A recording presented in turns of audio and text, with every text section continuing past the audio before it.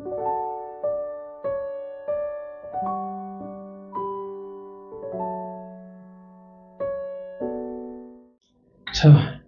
저번 주 말씀을 기억하십니까?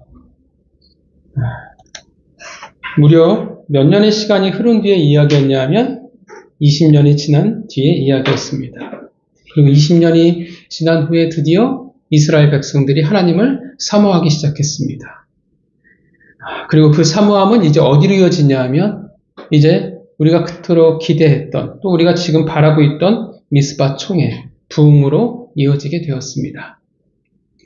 자, 왜 그들은 이제 다시금 하나님을 사모하게 되었을까요? 세 가지 이유가 있었어요. 처음에 말씀드렸던 것은 블레셋이 있었습니다. 블레셋이 굉장히 오랫동안 이스라엘 백성들을 다스렸어요. 한 6, 70년 정도 될 것 같아요. 왜 그렇게, 보통 사사기에 보면 40년, 30년 이 정도 돼요. 한 세대 정도가 핍박받는 기간이었는데 그 어느 때보다 가장 오랫동안 핍박을 받았습니다. 그 이유는 뭐냐면 삼손의 잘못이에요. 삼손이 해결해야 될 일들을 못하니까 그만큼 그 연수가 늘어나 버리고 말았습니다. 자, 블레셋이 있었어요. 블레셋은 결국 이스라엘 백성을 향한 하나님의 채찍이었습니다. 그들이 너무나 힘드니까, 인생이 바닥을 치니까, 한계를 겪으니까 비로소 이제 하나님을 찾게 되었습니다. 또 어떤 이유가 있었냐면 이제 우리가 사무엘상에 그토록 하나님이 준비해왔던 사무엘이 있었습니다. 성경에 등장하지 않았지만 20년 동안 사무엘은 열심히 그의 사명을 다해 달려갔을 것입니다. 열심히 하나님의 말씀을 이스라엘 백성들에게 전했을 것입니다. 그리고 그 말씀이 조금씩 이스라엘 백성들을 뒤흔들어 놓았을 거라 생각을 합니다. 그리고 마지막이 뭐냐면 저번 주에 이야기했던 기랏 여아림의 엘리야살입니다. 기억나시죠? 네. 그가 뭘 했냐 하면 거룩히 구별해서 법궤를 지켰습니다. 그냥 지켰을 뿐인데 성경은 뭐라고 얘기하냐면 법궤를 지켰더니, 원인이죠. 이스라엘 백성이 하나님을 사모하게 되었다라는 결론에 이르게 되었다라고 말합니다. 그 말은 왜인지는 모르지만 엘리야살이 법궤를 열심히 지킴으로 말미암아 이스라엘 백성이 하나님을 사모하게 되었다라고 성경이 말하고 있다라는 것입니다. 사실 엘리야살이 한 일은 대단해 보이는 것 같지는 않아요. 부흥을 위해서 특별히 그가 어떤 꿈을 꾸고 한 것도 아니었을 텐데 그냥 20년 동안 그에게 맡겨진 법궤를 열심히 지켰을 뿐인데 그 자리를 지키고 충성되이 예배를 지켰는데 하나님은 어떻게 해요? 그를 주목하고 있었다라는 것입니다. 그의 사명을 지켰을 뿐인데 하나님이 기억하고 계신다라는 것입니다. 신기한 건 뭐냐 하면 앞서 이야기했던 블레셋이나 사무엘이 어쩌면 이스라엘 백성이 하나님으로 돌아오게끔 가장 큰 요인이 되었을 텐데, 가장 큰 이유가 되었을 텐데 정작 기록은 없어요. 어떻게 보면 가장 별 볼 일 없어 보이고 가장 작은 이유인 것 같은 기랏 여아림의 엘리야살만을 하나님이 기록하고 계신다라는 것입니다.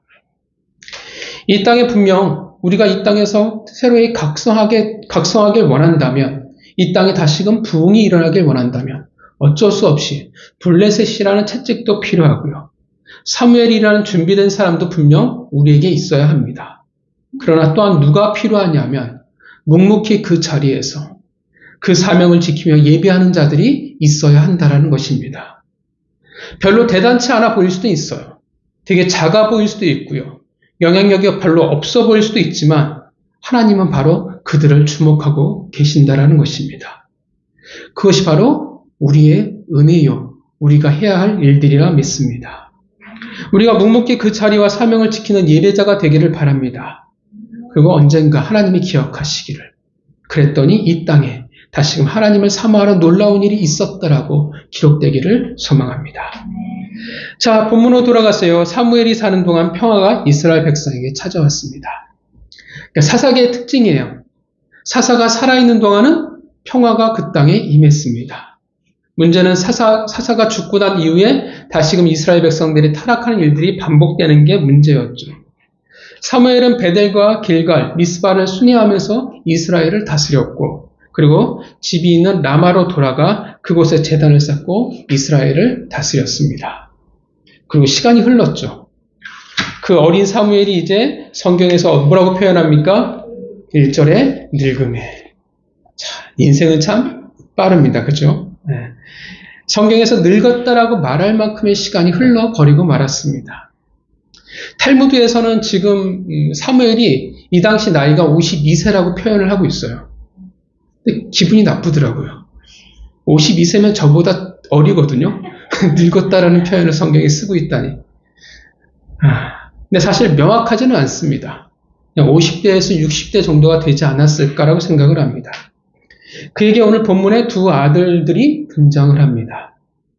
장자의 이름은 요엘. 여호와는 하나님이시다라는 뜻을 가지고 있고요. 차자의 이름은 아비야. 여호와는 나의 아버지입니다라는 의미를 가지고 있습니다. 이 두 아들들을 사무엘은 사사로 삼았습니다. 그들은 그리고 브엘세바에서 활동을 하게 됩니다. 자, 그런데 되게 이상하죠. 뭐가 이상합니까? 사사는 세습직이 아니에요. 그죠? 물려줄 수 있는 직분이 아니라는 겁니다. 엘리의 두 아들들도 사사는 아니었어요. 제사장이었지 사사는 오직 엘리만이 사사였습니다. 그러니까 사사는 어떻게 해요? 하나님이 그때그때 필요한 사람들에게 임시로 임명하는 직분이었습니다. 그런데 사무엘은 두 아들들을 지금 본문 성경을 보면 뭐라고 얘기하냐면 사사로 임명했다라고 이야기를 해요. 자, 어떤 의미일까요? 하나님과 상관없이 본인이 그냥 사사라는 직분을 세습을 시킨 것일까요? 이게 세습이라는 게 참 문제가 많잖아요. 교회에 이 세습 문제가 정말 많습니다. 근데 대부분 큰 교회들은 이미 다 세습을 거의 끝낸 상황이에요. 아마 이것도 세습이라는 문제가 또 뒤집어지기 한 20, 30년의 시간이 걸리겠지만 세습이라는 문제를 한국 교회가 결코 놓지 못한다는 것을 보여주고 있습니다. 사무엘도 똑같은 걸까요? 나이가 들어서 늙어서 그런 실수를 저지르고 있는 것일까요? 그냥 두 아들들이 잘했으면 되는데 문제는 어떤 문제가 생기냐면 이 두 아들들이 사고를 쳐버린다는 것입니다. 3절 어떤 사고를 칩니까? 같이 읽어볼까요? 3절을 읽겠습니다. 시작. 그의 아들들이 자기 아버지의 행위를 따르지 아니하고 이익을 따라 뇌물을 받고 판결을 곱게 하느니라. 자, 사무엘과 달랐어요. 사무엘의 아버지의 행위를 따라가지 않았고 뇌물을 받아 판결을 굽게 했습니다. 어떤 느낌이 드냐면 마치 엘리의 두 아들들을 보는 것 같은 느낌이 되어진다는 것입니다. 물론 엘리의 아들들만큼의 죄는 될 수는 없어요. 그러함에도 불구하고 분명 해서는 안 될 일을 그들이 저질렀다는 것입니다. 출애굽기 23장 6절부터 8절을 보면 이렇게 말합니다. 너는 가난한 자의 송사라고 공평치 않게 하지 말며 거짓 일을 멀리하며 무죄한 자와 의로운 자를 죽이지 말라. 나는 악인을 의롭다 하지 아니하겠노라. 너는 뇌물을 받지 말라. 뇌물은 밝은 자의 눈을 어둡게 하고 의로운 자의 말을 굽게 하느니라. 라고 출애굽기에서 하나님의 법으로 이미 금지하셨습니다. 뇌물은 하나님의 법이 아니더라도 사실 세상의 법에서도 여전히 마찬가지입니다. 오늘날 우리 사회에서 여전히 문제거리가 되어집니다. 공의와 공정이라는 것에 문제가 생겨져 버린다라는 것입니다. 이것이 이제 더 큰 문제가 되어버렸죠. 도화선이 되었습니다. 4절에 누가 등장합니까? 이스라엘의 모든 장로들이 등장을 합니다. 사무엘에서 장로들은 되게 부정적인 이미지로 등장을 합니다. 자, 장로들이 모여 사무엘에게 나와요. 근데 와우영법으로 되어 있습니다. 그 말은 어떤 의미가 되어지냐면 사무엘의 두 아들들이 잘못을 저지르자 어떻게 해요? 즉각 이스라엘의 모든 장로들이 모여서 사무엘에게 맞다라는 뜻이 되어집니다. 뇌물수수 사건이 드러나자마자 득달같이 사무엘에게 달려온 거예요. 그리고 그들이 말합니다. 당신은 늙었고 당신의 아들들은 당신과 다르고 그래서 결론은 뭡니까? 왕을 세워 우리를 다스리게 하라. 원어에서 보면 굉장히 강력한 욕구 혹은 강한 의지를 이야기를 해요. 이제 당신은 우리들에게 왕을 세워야 한다라고 강한 의지로 말하고 있다라는 것입니다. 이 말을 들은 사무엘의 심정이 참 어떨까요?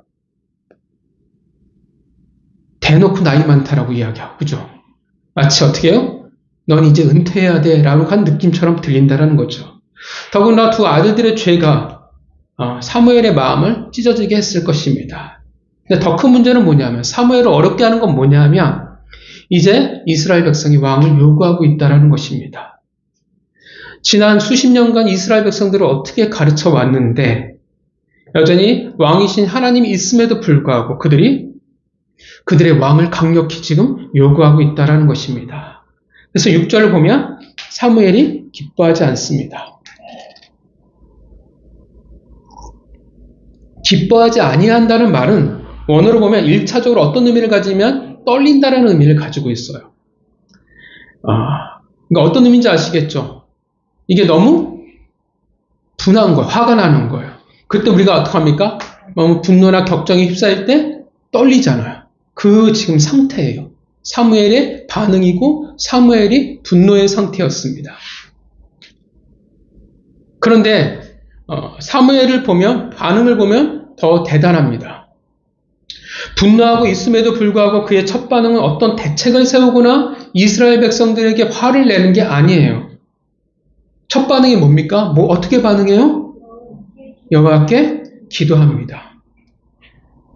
그것도 기도한다의 의미도 있지만 이것이 원어에서 강한 제기형으로 써있을 때는 중보하다의 의미를 가져요. 그러니까 그 말은 뭐냐면 사실 장로들의 주장은 사무엘에게 있어서 사실 기도할 필요가 없어요. 왜냐하면 이것은 분명 하나님의 뜻과 상관이 없는 게 너무나 분명하니까 기도할 필요가 없는 잘못된 것임에도 불구하고 기도해요. 기도하는 내용도 혼을 내게 해달라고 기도하는 것도 아니에요. 하나님의 살아계신 공의를 보여주십시오도 아니에요. 그렇게 할 만한데 지금 오히려 중보하고 있다는 것입니다. 하나님 앞에서 이스라엘 백성의 죄를 용서를 구하고 있는 것입니다. 그러니까 사무엘이 어떡합니까? 대단해요. 그의 첫 반응이 정말 대단해요. 일단 그거 떨릴 정도로 화가 나면 일단 뭐라도 할 것 같은데 사무엘은 하나님에게 기도합니다. 그것도 그 왼수 같은 놈들을 위해서 어떻게 해요? 중보한다라는 것입니다. 어떤 해결책을 세우지 않아요. 오직 중보하는 그 모습을 통해서 우리는 누가 생각나냐 하면 마치 모세가 백성들을 위해서 중보했던 그 모습들을 우리는 생각해 볼 수 있습니다. 그런데 7절 하나님의 답도 너무나 우리가 생각 외의 답을 하십니다. 하나님은 그의 공의를 세우시기보다는 뭐라고 얘기하냐면 7절에 같이 읽어보겠습니다. 7절 읽어보겠습니다. 시작. 여호와께서 사무엘에게 이르시되 백성이 내게 한 말을 다 들으라. 이는 그들이 너를 버림이 아니요 나를 버려 자기들의 왕이 되지 못하게 함이니라. 뭐라고 말씀하시냐면 그의 말을 들으라 말씀하세요. 그들이 그런데 왜 그렇게 행동하냐 하면 사무엘 너를 버린 게 아니라 나를 버려서 자기들의 왕이 되게 하지 못하게 하려 하는 것이라 말씀하십니다. 그리고 뭐라고 말씀하시냐면 9절 왕의 제도를 이스라엘에게 말하라 말씀하십니다. 이제 사무엘은 장로들만이 아니라 이제 백성들에게 확장돼서 얘기하는 거예요. 이래도 왕을 너희가 선택할 거냐라고 지금 이제 사무엘이 묻습니다. 그게 10절부터 18절의 내용이에요. 너희가 왕을 세우면 왕정을 택하는 폐해가 무엇인지에 대해서 사무엘이 설명을 해줍니다. 쭉 내용들은 여러분들 읽어보셔서 알 것이고요. 한 가지 16절에 오해가 될 수 있는 구절이 있어서 그것만 좀 설명하고 넘어가겠습니다. 16절을 보면요 이렇게 얘기합니다. 그가 또 너희의 노비와 가장 아름다운 소년과 나귀들을 끌어다가 자기 일을 시킬 것이며 라고 표현하고 있어요. 뜬금없이 뭐가 나오냐면 아름다운 소년이 등장을 합니다. 지금 16절은 뭐에 대한 얘기냐면 노동력이에요. 노동력에 대해서 이야기하는데 그래서 노비와 나귀가 등장을 하는데 뜬금없는 아름다운 소년이 나온다라는 건 말이 되지 않아요. 그리고 또한 아름다운 소년이라고 생각하면 우리는 뭘 떠오르기 쉽냐 하면 동성애예요. 근데 하나님이 동성애를 인정할 리가 없다라는 것입니다. 그래서 이건 원어의 잘못된 펴기라고 저희가 봅니다. 소라는 단어와 비슷해요. 소라는 표를 잘못했기 때문에 아름다운 소년이라고 표현했다라고 봐요. 그러니까 아름다운 소년이 아니라 소라고 여러분들이 생각하시면 됩니다. 그러니까 결국 10절부터 18절이 말하는 내용이 이거예요. 왕을 세우면 어떻게 돼요? 왕이 너희를 착취하게 될 거야 라고 말하는 겁니다. 이제 너희는 왕의 종이 될 수밖에 없어 말한다라는 것입니다. 묻는 거예요. 이래도 너희가 할 거야? 라고 묻습니다. 그럼에도 불구하고 백성이 사무엘의 말을 듣기를 어떻게 해요? 거절해요. 거절하다는 말은 다르게 표현하면 불순종한다는 말과 같습니다. 왕을 세우길 원하는 것은 단지 장로들만의 의견이 아니라 어떻게 해요? 모든 백성들의 바람이었다라는 거예요. 의견이었다라는 것입니다. 항상 진리죠. 하나님에게 불순종하는 것에 있어서는 사람은 그 어느 때보다 잘 단합한다라는 것입니다. 이스라엘 백성들은 아이들과 같아요. 분명히 아닌데, 분명히 후회할 수밖에 없는데, 그래도 어떻게 해요? 당장 하고 싶은 건 하겠다라는 거예요. 이게 아이들하고 똑같잖아요. 그죠? 분명히 안 되는데, 혼날 텐데, 잘못될 텐데, 하고 싶은 것은 반드시 하겠다라는 그 의지. 그래서 어떻게 해요? 결국은 겪어봐야 한다라는, 당해봐야 한다라는 진리를 낳게 됩니다. 20절 그들이 말합니다. 우리의 왕이 우리를 다스리며 우리 앞에 나가서 우리의 싸움을 싸워야 할 것입니다. 라는 백성의 말은 사실 말이 안 돼요. 왜냐하면 그들이 한 말은 그대로 뭐냐면 무엇을 이야기하냐면 사실 하나님께서 지금까지 해오셨던 전쟁이었어요. 우리가 말하는 거룩하신 전쟁, 여호와의 전쟁과 똑같아요. 하나님이 앞서서 이스라엘 백성들과 싸우셨어요. 이스라엘 백성 앞서서 대적들과 싸우셨습니다. 그 전에 전쟁, 블레셋과의 전쟁도 그랬잖아요. 이스라엘 백성들이 미스바에서 회개하고 돌아오니까 하나님이 블레셋을 어떻게 치시냐면 먼저 우레로 그들을 쳐버리셨습니다. 하나님이 앞서 싸우시는 모습을 그대로 이야기해요. 그들이 지금까지 경험해왔던 전쟁이었습니다. 그런데 그들은 어떻게 생각하냐면 거룩한 전쟁이 아니라 왕들의 전쟁을 지금 원하고 있다는 것입니다.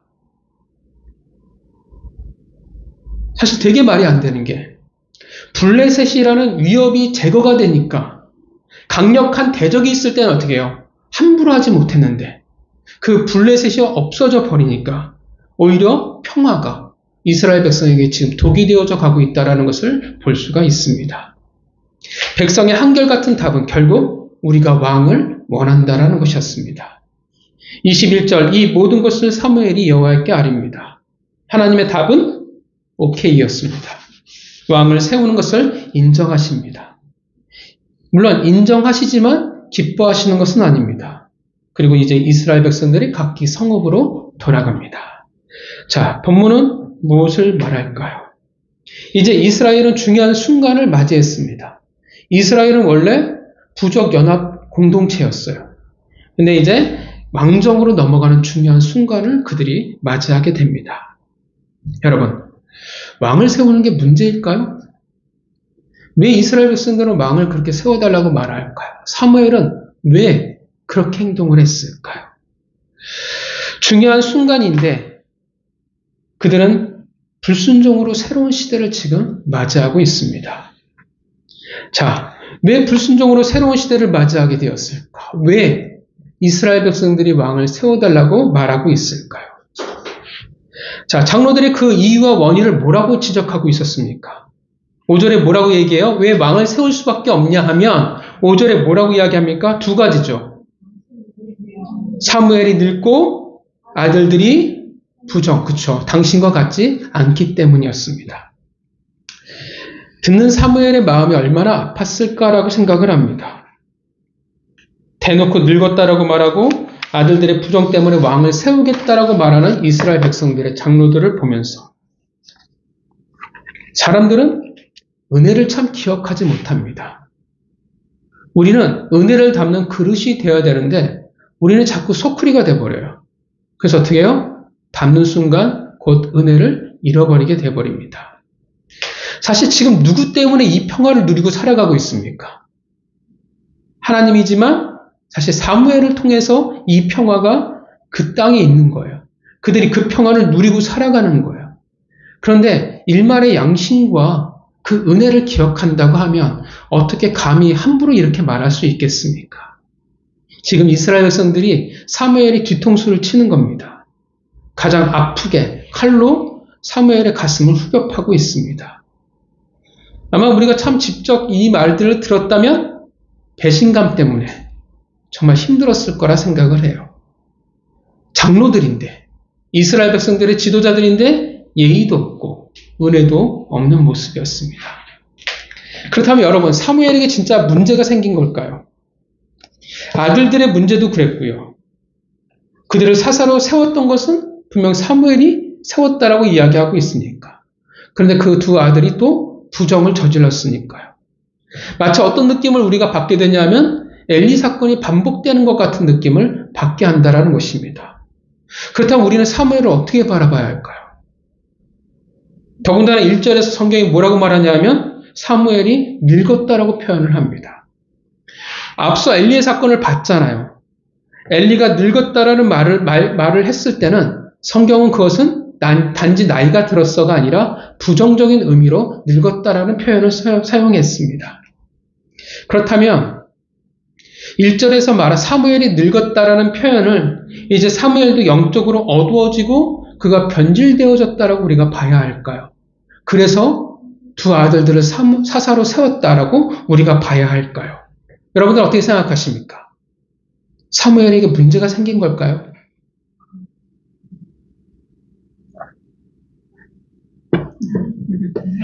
현명하신 판단입니다.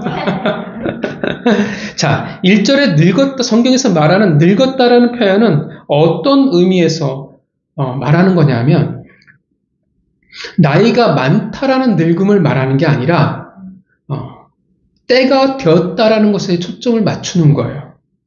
그러니까 무슨 말이냐면 사무엘이 이만큼 나이가 들었을 때 뭔가 일이 생겨라는 의미가 되어진다라는 것입니다.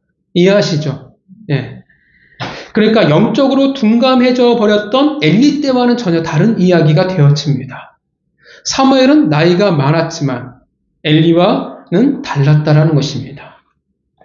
그렇다면 두 아들들의 문제를 우리가 어떻게 봐야 할까요? 사무엘이 욕심이 생겼을까요? 역시 자식 문제는 어쩔 수 없구나라고 우리가 봐야 할까요? 물론 자식 문제는 참 쉽지 않구나를 우린 사무엘을 통해서 또 한번 보게 됩니다. 세상 제일 어려운 것이 자식이구나. 아무리 하나님의 선한 뜻을 가르쳐도 결국은 그것을 선택하는 것은 본인이기 때문에 어렵다라는 것입니다. 그래서 어떻게 해요? 우리는 최대한 아이들한테 가르칠 수 있는 데까지 가르쳐야 돼요. 조금이라도 어떻게 해요? 올바른 길을 선택할 수 있는 가능성을 우리는 많이 만들어야 된다는 것입니다. 먼저 아들들을 사서로 세운 것은 정확하게 성경이 말하는 것은 아니지만 우리가 생각해 볼 수 있는 것은 우리가 아는 그런 사사라기보다는 사사를 돕는 역할을 하는 사람이라고 생각해 볼 수 있습니다. 2절을 보면 뭐라고 표현되어 있냐면 그들은 브엘세바에서 활동했다라고 표현하고 있습니다. 사무엘이 주로 사역했던 곳은 어디였냐면 이스라엘 중앙 부분이에요. 베델, 길갈, 미스바, 그리고 라마. 다 이스라엘의 중간 지점에 해당하는 부분입니다. 사무엘은 다른 사사들과 좀 달랐어요.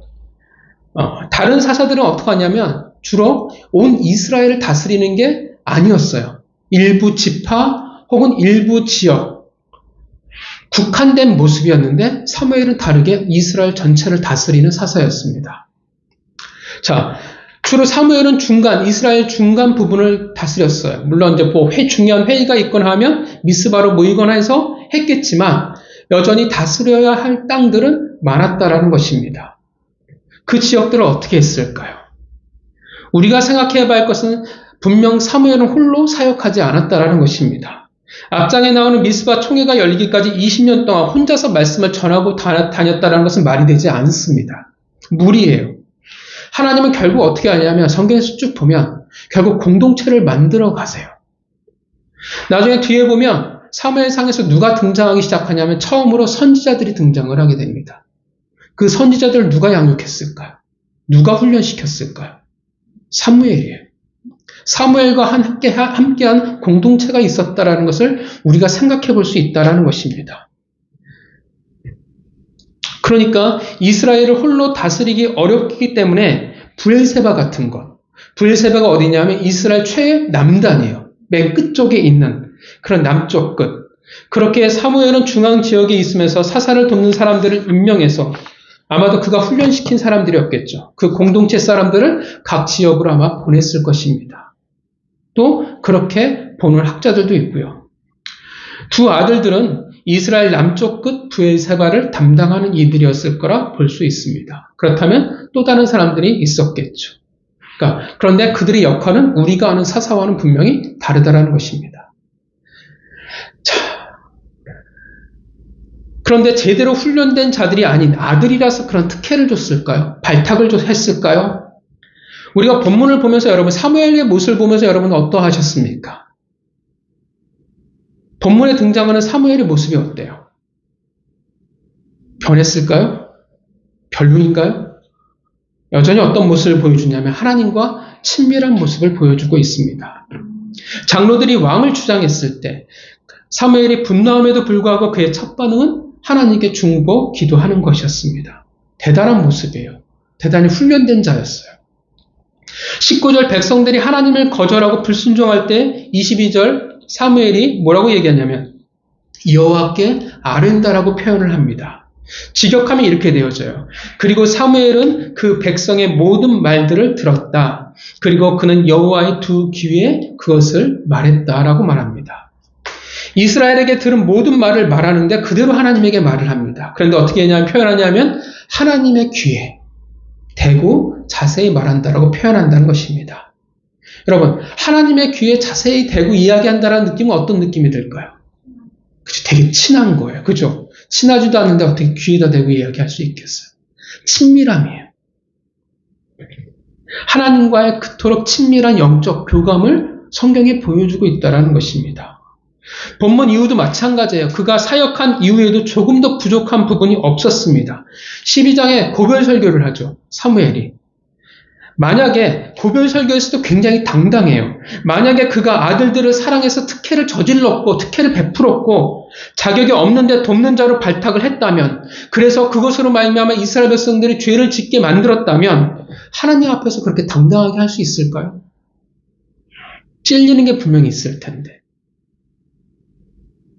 사실 본인이 그러면 아들들의 판결을 굽게 만드는 것과 다를 바가 없을 텐데. 근데 더 중요한 것은, 가장 중요한 것은 이 아들들의 잘못에 대해서 하나님이 사무엘을 책망하시지 않는다라는 것입니다. 엘리 때와 완전히 달라요. 하나님이 엘리는 싫어하시고 사무엘은 좋아하셔서 편애하는 걸까요? 우리가 아는 하나님은 분명 공의의 하나님이십니다. 믿으시죠? 사무엘이 잘못이 엘리의 잘못과 같다면 하나님은 분명 사무엘을 책망하셨을 것입니다. 그런데 그렇게 하시지 않았다라는 것은 분명 어떻게 해요? 엘리의 때와 다르다라고 하나님께서 보시는 거예요. 이건 사무엘의 죄와 다르다라고 본다라는 것입니다. 그래서 저는 이렇게 생각해요. 사무엘은 그들을 사사로 돕는 자로 세웠을 때는 두 아들들이 조금도 부족함이 없는 실력을 가진 자들이었을 거라 생각을 합니다. 사무엘의 성격이 어떤 사람인데? 에프엠이잖아요. 철두철미한데 그가 보기에도 어떻게 해요? 아버지인 사사를 돕는 자로 세울 때 부족함이 없는 자라는 것입니다. 사무엘의 성격상 대충 가르치고 이럴 사람이 아니라는 거예요. 정당했어요. 실력을 가지고 있어요. 그런데 사사로 임명된 이후에, 돕는 자로 임명된 이후에 두 아들들은 아버지와 다르게 변질되어져 갔을 거라 생각해 볼 수 있다는 것입니다. 그들이 권력에 취해버리든 돈에 취해버리든 부모가 자식의 모든 것을 책임질 수는 없습니다. 아무리 열심히 해도, 아무리 열심히 가르쳐도 컸다고 안 들어버리면 소용이 없다라는 것입니다. 사무엘은 변함이 없었어요. 조금도 변함이 없었어요. 두 아들들은 변해버리고 말았습니다. 사무엘은 나이가 들었지만 여전히 모세와 같이 하나님 앞에서 강건한 자였으며 하나님 앞에서 충성스러운 자였습니다. 아들들이라고 특혜를 주었던 것은 아니었고 불행히 근데 아들들이 아버지와 달랐을 뿐입니다. 그래서 이스라엘 백성이 지금 사무엘을 향한 이 시비는 말이 되지 않습니다. 오직 이유를 찾았을 뿐이에요. 왕을 세우기 위해서 어떻게 해요? 오랜 시간 동안 그들이 벼르고 벼러왔다라는 것을 우리가 알 수 있습니다. 이제 어떤 상황이 됐어요? 사무엘이 굉장히 난처한 상황이 되어져 버리고 말았습니다. 아들들의 문제잖아요. 사무엘을 뒤 흔들어 놓을 수 있는 상황이 되었다는. 그래서 좋은 이유거리가 되었기 때문에 그들이 어떻게 해요? 두 아들들이 잘못을 저지르자마자 바로 사무엘에게 득달같이 달려왔던 것입니다. 계속 노리고 있었던 거예요. 그렇다면 여러분, 그들이 말하는 왕정 체제로 넘어가는 게 잘못일까요? 여러분 어떻게 생각하십니까? 왕정 체제로 넘어가는 게 아닐까요? 잘못된 것일까요? 다 텔레파시로 생각합니다. 왕정 체제로 넘어가는 건 잘못된 게 아닙니다. 부족 연합 체제에서 왕정 국가로 넘어가는 것은 원래 하나님의 계획이었습니다. 그래서 신명기 17장 14절부터 15절에서는 이미 모세를 통해서 이스라엘이 왕정을 시행하게 될 것을 이미 말씀하셨어요. 이미 어떻게 해요? 하나님이 준비하고 계시는 제도라는 것입니다. 문제가 뭐냐면 시기와 방법이에요. 사람이 할 거냐, 하나님이 할 것이냐의 차이만 있을 뿐이라는 것입니다. 하나님의 왕정국가는 이 세상의 왕정국가와 달라요. 아주 독특한 왕정국가의 모습을 가지게 됩니다. 그걸 누가 잘 보여주냐면 다윗이 잘 보여줘요. 이 세상과 다른 왕국이, 하나님의 왕국이 무엇인지를 보여주게 됩니다. 하나님이 원하시는 때와 방법으로 순종해 가야 하는데 불행히도 이스라엘 백성들은 자신이 원하는 때와 방법으로 불순종하는 것으로 왕정 체제로 넘어가게 됩니다. 자, 그렇다면 왜 그들이 왕을 세우려고 했을까요? 이스라엘 백성들이 왜 왕을 세우려 합니까?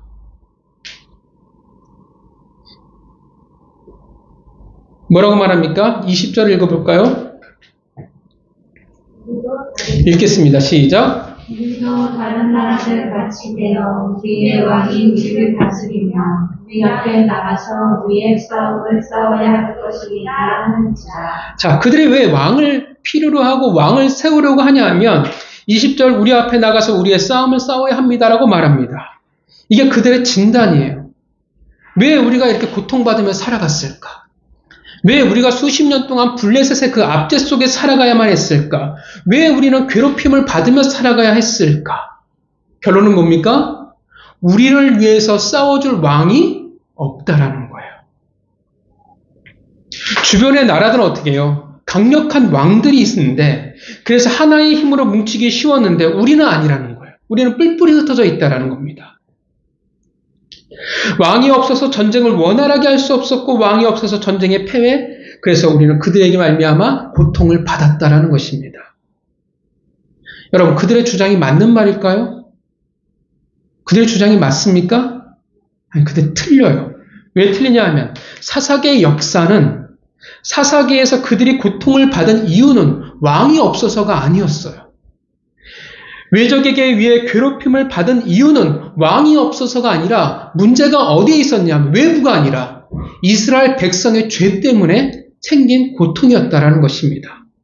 하나님에게 불순종했을 때, 그들이 하나님을 외면했을 때, 그들이 우상을 택했을 때 어떻게 해요? 하나님의 그들로 하여금 돌아오는 방법으로 채찍으로서 이방 민족을 사용하셨을 뿐이라는 것입니다. 그들로 하여금 이스라엘 백성들을 괴롭게 한 거예요. 왜냐하면 그들이 깨닫고 돌아오게 만들기 위해서였어요. 하나님을 다시금 사모하게 하는 민족이 되게 하기 위해서 이방 민족을 사용하셨을 뿐입니다. 그리고 그들이 돌아왔을 때, 이스라엘 백성들이 하나님 앞에 돌아왔을 때 하나님은 어김없이 사사를 보내셨습니다. 뭘 보여주셨냐면 사사기 내내 힘이 없어서의 문제가 아니라는 거예요. 왕의 문제도 아니었어요. 강력한 군대의 문제도 아니었다라는 것입니다. 외부의 문제가 있는 것이 아니라 이스라엘 백성들이 하나님 앞에 죄를 졌기 때문에 불순종했기 때문에 그들이 고통을 겪을 수밖에 없다라는 것입니다. 그게 사사기의 역사였어요. 그런데 이스라엘 백성들은 지금 문제의 진단 자체가 틀렸어요. 자신들의 죄를 보지 못합니다. 껍데기만 보고 있는 거예요. 불과 어떡합니까? 얼마큼의 시간이 지난지는 모르지만 그들 세대에 일어난 일이잖아요. 그들이 불순종함으로 말미암아 블레셋을 패했던 사실들이 있었고 미스바 총회로 하나님 앞에 돌아왔을 때 승리를, 자유를 얻었던 것들을 그들이 경험했는데 그들은 여전히 큰 착각 속에 빠져 있다는 사실을 알 수가 있습니다. 어쩌면 우리가 생각하는 미스바 총회는 우리의 기대치와 달랐을 수도 있다고 생각할 수 있습니다. 그들은 그들의 죄 때문에 겪었던 고통을 왕이 없어서 겪었다라고 착각하고 있습니다. 그래서 이제 누가 보이기 시작하냐면, 그래서 다른 나라들이 보이기 시작합니다. 5장 20절 같이 읽어볼까요? 읽겠습니다. 시작. 우리도 다른 나라들 같이 되어 우리의 왕이 우리를 다스리며 우리 앞에 나가서 우리의 싸움을 싸워야 할 것이니 하는지라. 자, 뭐가 보이기 시작하냐면 다른 나라들이 보입니다. 주변에 왕이 있는 나라들, 애굽부터 해서 블레셋들, 수많은 나라들, 그들의 나라를 보면서 무엇을 보고 있냐면 그들의 강함에 눈을 빼앗겨버리고 말았습니다. 마치 아브라함의 조카 롯이 요단 동편을 보면서 그의 눈을 빼앗겨버렸듯이 그들의 강한 제국에 눈을 돌려버렸습니다. 비교하고 있어요. 하나님이 다스리는 나라와 왕이 다스리는 나라를 지금 비교하고 있습니다. 그러면서 누가 더 안전하고 평화롭다고 생각해요? 왕이 다스리는 나라가 더 안전하고 평화롭다라고 생각을 합니다. 이제 세상이 눈이 들어옵니다. 하나님의 나라가 아닌 다른 나라가 눈에 들어옵니다. 분명 그들의 착각이지만 그들 나라처럼 되고 싶습니다. 그 말은 지금 이스라엘 백성들이 사무엘에게 왕을 요구하고 있지만 사실은 이미 세상에 그들이 왕이 되어버렸다라는 사실을 알 수가 있습니다.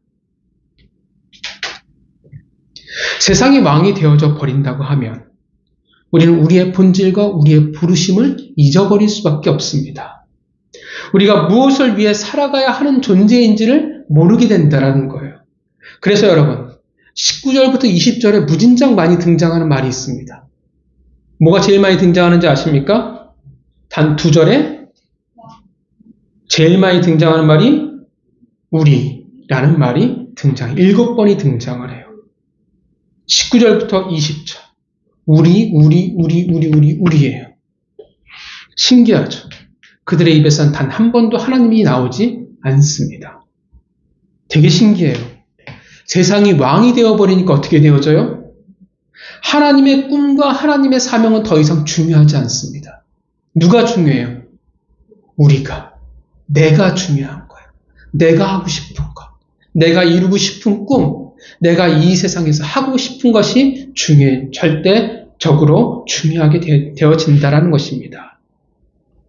내가 이 땅에서 어떻게 살아가느냐, 어떻게 내 꿈을 이루느냐가 전부가 되어져 버립니다. 그 말은 하나님의 백성으로서의 정체성을 상실해버렸다는 뜻이 되어집니다. 그 결과가 무엇이냐 하면 이제 세상과 다른 나라와 거룩히 구별되어지지 않는다라는 것입니다. 이스라엘 백성들이 당당히 뭐라고 말합니까? 5절과 20절이 똑같은 말이에요.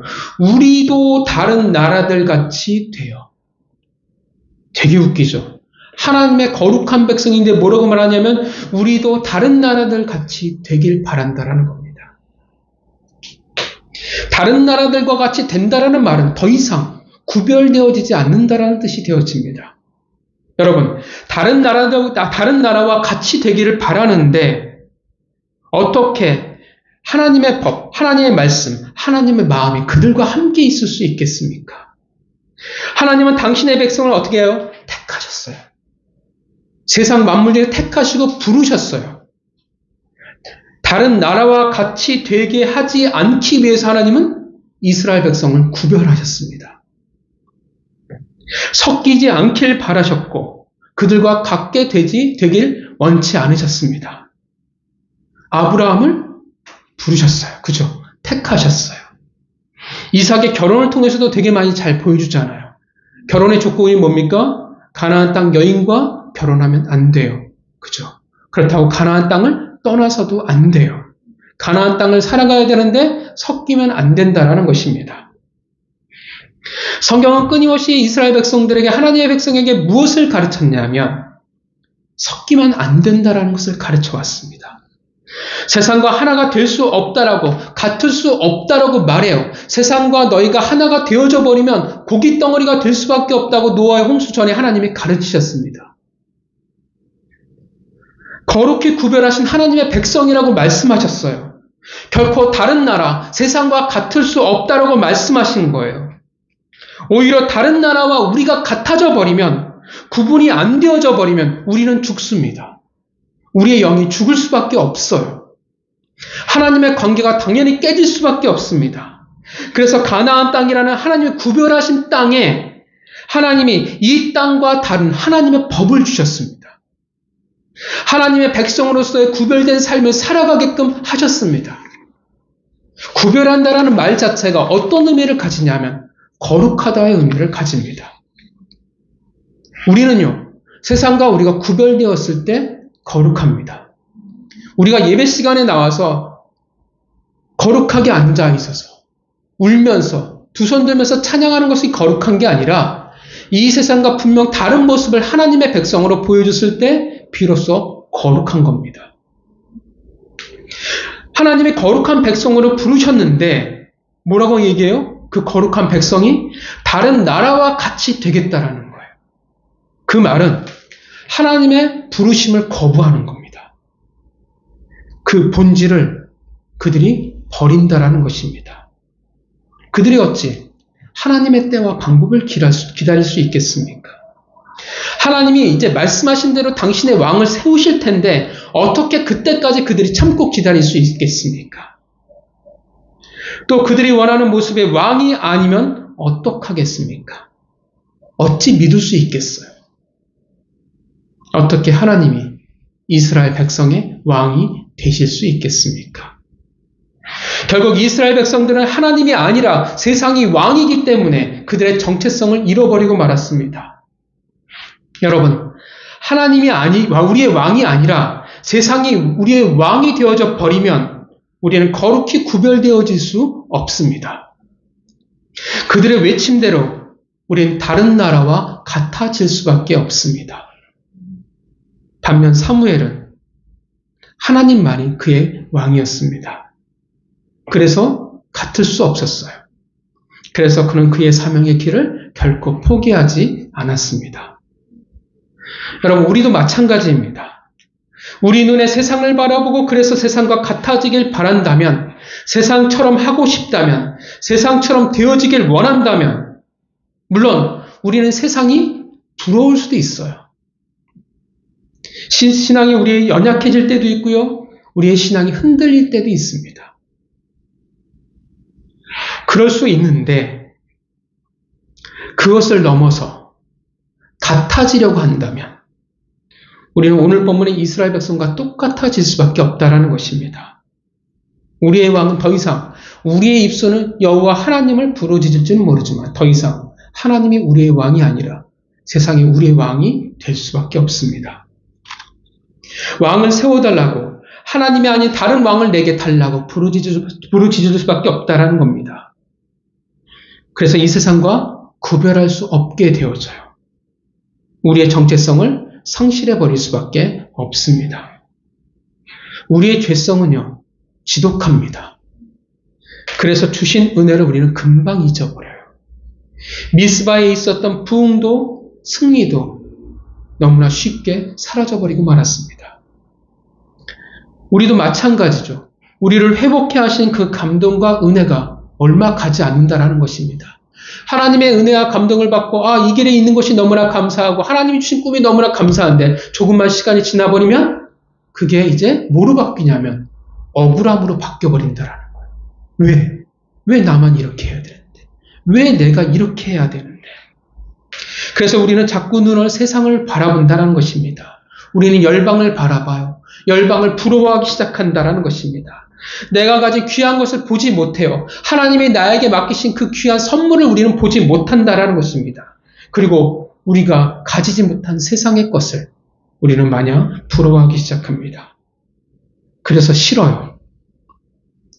우리의 왕이 주신 그 법과 그 삶을 가지고 살아가는 것이 싫습니다. 왜냐하면 억울하니까. 손해를 보는 것 같으니까. 왜 내 꿈이 아니라 왕의 꿈을 가지고 그 사명을 가지고 내가 살아가야 하는지, 왜 세상에서 우리는 이렇게 이질적인 존재로 왜 내가 손가락질을 받으며 살아가야 하는지, 왜 세상은 이것이 옳다라고 이야기하는데, 그것이 지혜라고 이야기하는데 왜 그것은 우리는 아니라고 이야기하면서 바보같이 살아가야 하는지, 왜 우리는 번거롭게 달려가야 하는지, 그것이 여간 우리에게 너무나 불편하게 느껴집니다. 하나님의 일이 우리의 본성과 잘 맞아떨어지면 너무나 좋은데, 근데 사실 하나님의 일은 항상 우리의 본성과 반대예요. 우리를 너무나 잘 아세요. 그죠? 그래서 우리와 반대되는 일들을 하나님 우리에게 주시는 것들이 너무나 많다라는 것입니다.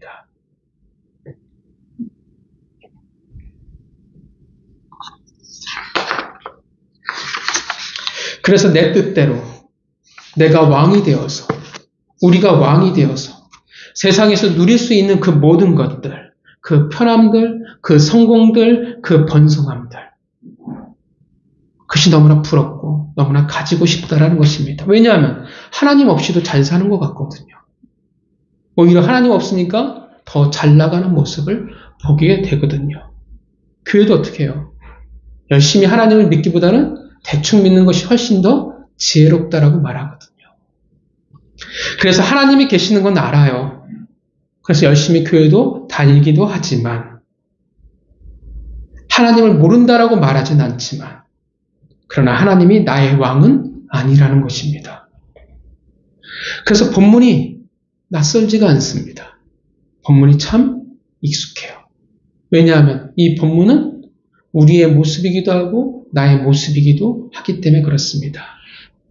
하나님이 왕이 되셔서 우리를 거룩히 구별하신 그 부르심을 잊어버리고 이 세상 모습으로 살아가는 하나님의 백성, 하나님의 사명도 없고 하나님의 꿈도 없고 어떻게 하면 이 세상에서 잘 먹고 잘 살까가 전부가 되어져 버린, 한때는 열심이었는데, 은혜도 있었는데, 감동도 있었는데, 한때는 하나님을 위해서 내가 살아야지라고 나도 각오했었는데, 그런데 왜 이렇게 달라진 내 모습을 바라보게 된다는 것입니다.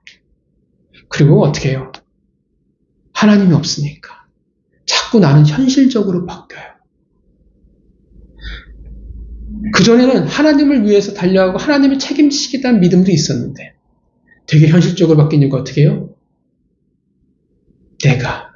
우리가 중요해져 버립니다. 은혜를 잊어버린 자의 특징이에요. 은혜를 잊어버린 자의 특징이 뭐냐면 굉장히 현실적이에요. 은혜는 항상 넉넉하거든요. 근데 은혜를 잊어버리면 세상에서 내가 어떻게 살아가야지 이제 무섭도록 현실적으로 바뀌기 시작합니다. 결국 세상과 구별이 되지 않은 그리스도인들과 오늘날 교회들의 모습을 우리가 보게 됩니다. 뭔가 하나님의 백성이라고 하면 이 세상과 달라야 되는데 똑같은 가치관을 가지고 살아간다라는 거. 그래서 저는 천국을 보고 왔다라는 간증이 사실 별로 마음에 들지 않아요. 왜냐하면 한결같이 천국을 보고 왔던 사람들이 왜 간증이 다 다른지 모르겠어요. 왜 천국이 그렇게 다 다를까요? 왜 천국이 오늘날 우리가 이 세상을 살아가는 모습과 너무나 똑같을까요? 제가 지금 기억나는 것 중에 천국에 한때 되게 간증들이 되게 많았잖아요. 천국에 가면 내가 이 세상에서 잘 사역한 만큼 집이 커진다라는 얘기도 들어봤고, 열심히 잘 살면 하나님이 구름차를 줘서 구름차를 몰고 다닌다는 얘기도 들었고, 어렸을 땐 되게 막 신기하고 좋았는데 커가면서 왜 우리 물질 세계와 하나님의 세계가 똑같은데 달라야 되는데 똑같은 가치관을 가지고 있어요. 그래서 영향력이 없습니다. 힘이 없어요. 맛을 잃어버린 소금과 다를 바가 없는 상태가 되어져 버리고 말았습니다. 성도 여러분, 여러분 자신이 누구인지를 잘 알고 계십니까? 우리는 모두 다 이 세상에서 하나님께서 거룩하게 구별하신 당신의 백성입니다. 그래서 우리는 다른 나라와 같을 수가 없는 존재예요. 우리는 오직 하나님에게만 속한 자들입니다. 하나님만이 우리의 왕이십니다. 동의하십니까? 그래서 우리는 세상과 같을 수 없습니다. 우리는 다른 꿈으로, 내 꿈으로 이 세상을 살아갈 수 있는 존재가 아니라는 것입니다. 그것이 우리의 부르심이에요. 하나님이 그래서 우리를 거룩히 부르셨다라는 것입니다. 그런데 우리의 그 정체성이 우리가 분명하지 않는다면 우리는 반드시 세상을 닮아갈 수밖에 없습니다. 세상의 방식대로, 세상의 가치관대로 우리는 살아가는 자가 되어질 것입니다. 그리고 오늘 본문의 이스라엘 백성처럼 하나님에게 감히 왕을 달라 부르짖게 될 것입니다. 하나님이 왕이신데 우리가 구별되지 않는다라는 것은 말이 되지 않습니다. 물론 아직 어려서, 신앙이 어려서, 실력이 부족해서 그런 자라남의 시기를 겪을 수는 있겠지만, 혹은 어쩔 수 없이 신앙의 부침이라는 게 있어서 그럴 수도 있겠지만, 그러나 분명한 것은 세상은 우리의 왕이 될 수 없습니다. 이스라엘 외침대로 우리는 그들과 같을 수 없습니다. 사랑하는 성도 여러분이 누구인지 아십니까? 누가 여러분의 왕이십니까? 여러분, 하나님만이 우리의 왕이십니다.